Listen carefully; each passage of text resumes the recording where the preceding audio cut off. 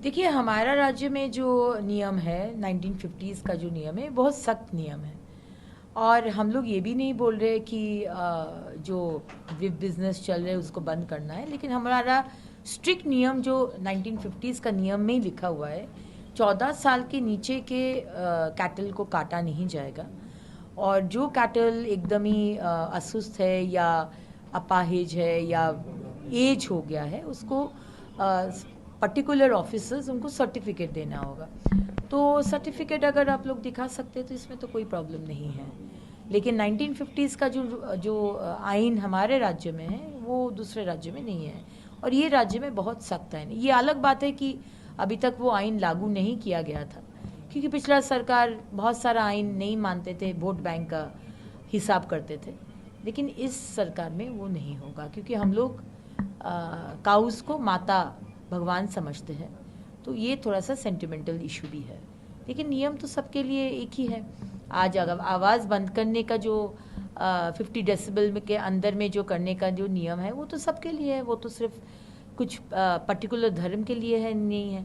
Public रास्ता, public का जगह बंद करके पब्लिक को असुविधा करके वो सबके लिए है। ये कोई धर्म या कोई पार्टी या कोई रंग देख कर नहीं है।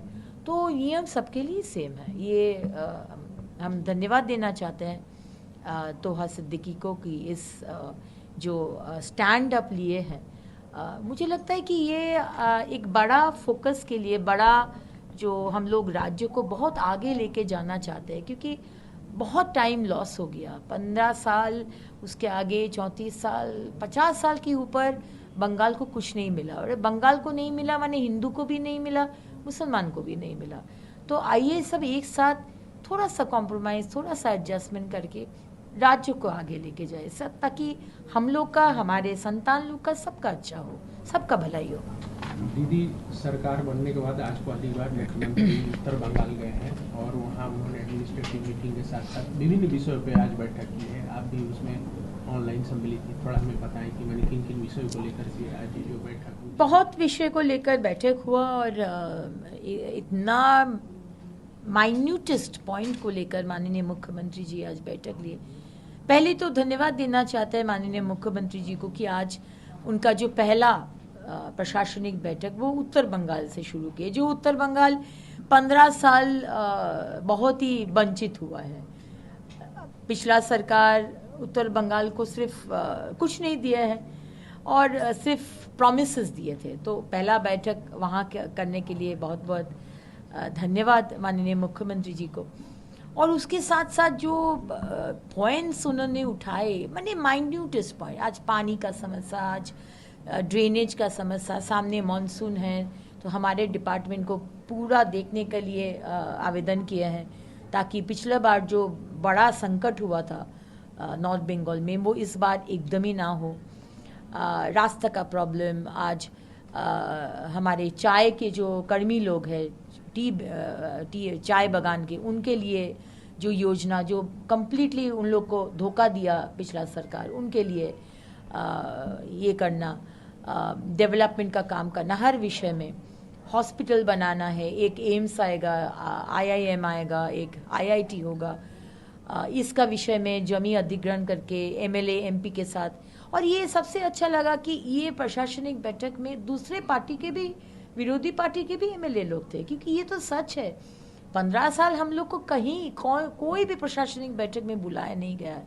तो फिर आसनसोल दक्षिण का उन्नयन मेरे बिना ही हो सकता है? ऐसे कैसे हो सकता है? आज माननीय मुख्यमंत्री जी ये बोल दिए है कि हम लोग सबका आइडियाज़ चाहिए, सबका योगदान चाहिए, जो होना है सबका साथ सबका विकास।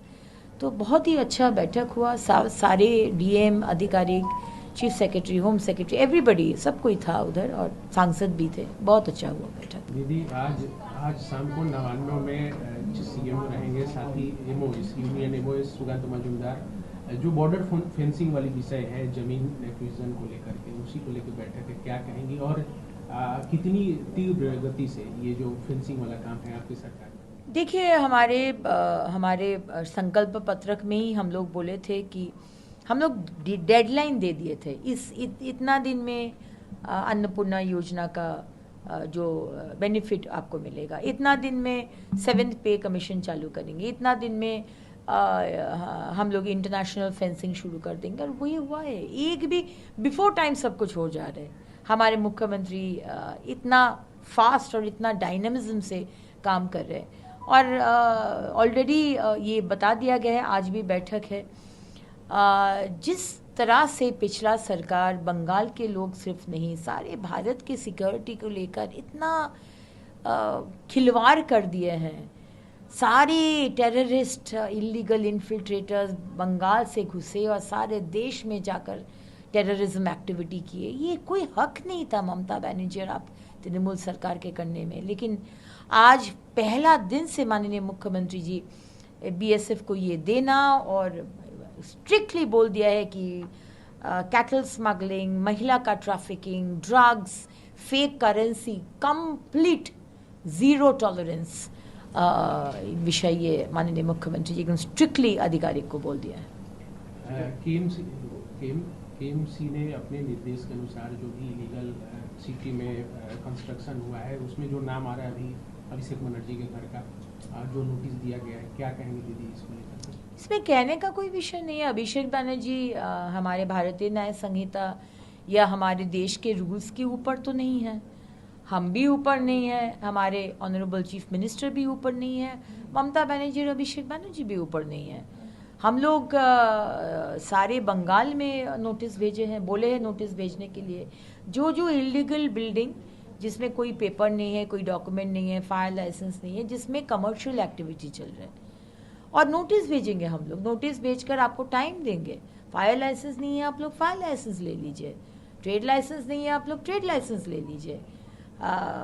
एग्जिट का कोई आग लगेगा तो कोई रास्ता नहीं है, छोटा सा तिलजला का बिल्डिंग जैसा छोटा सा सीढ़ी, 2 जन खड़ा नहीं हो पाएगा तो भागेगा कैसे? आपका गलती के लिए बाकी और 50 जन मरेगा, ये तो अलाउ नहीं कर सकते। सो टाइम देंगे, रेक्टिफाई करने का अपॉर्चुनिटी देंगे।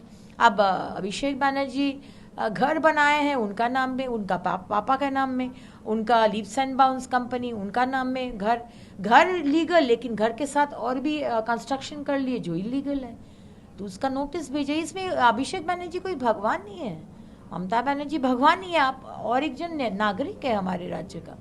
जो नियम नहीं फॉलो करेगा उसको हम लोग नोटिस भेजेंगे। दीदी, इस विषय को लेकर जब मेयर फिराद हकीम से पूछा गया तो बोलते हैं कि हमें कुछ जानकारी नहीं है इसके बारे में। जानकारी होता तो फिराद हकीम शायद नोटिस भेजते। अब जानकारी तो फिराद हकीम जी का वाओ मोमो फैक्ट्री का भी नहीं था, लेकिन वाओ मोमो फैक्ट्री में 30 जन का मृत्यु हो गया। एक बार भी गए थे फिराद हकीम साहब देखने के लिए कि जिसका पिताजी, जिसका भाई, जिसका हस्बैंड मर गया है, हड्डी भी नहीं मिला, गए थे देखने के लिए 30 फैमिली को। उसका दायित्व लिए है आपका सरकार? नहीं लिए थे। आपका जो मुख्यमंत्री, हमारा एक्स मुख्यमंत्री, टाइम भी नहीं मिला। तो ये तो हम लोग नहीं करेंगे। राज्य का सुरक्षा का दायित्व हमारे सरकार के है, और सुरक्षा देने के लिए जो आप इलीगल बिल्डिंग बनाएंगे, आग लगेगा, 10 और बिल्डिंग अफेक्टेड होगा, लोग मरेगा, ये तो हम लोग नहीं करने देंगे। तो जो करना है सुरक्षा देने के लिए, जो नियम है, जो आईन है, ये हम लोग करेंगे।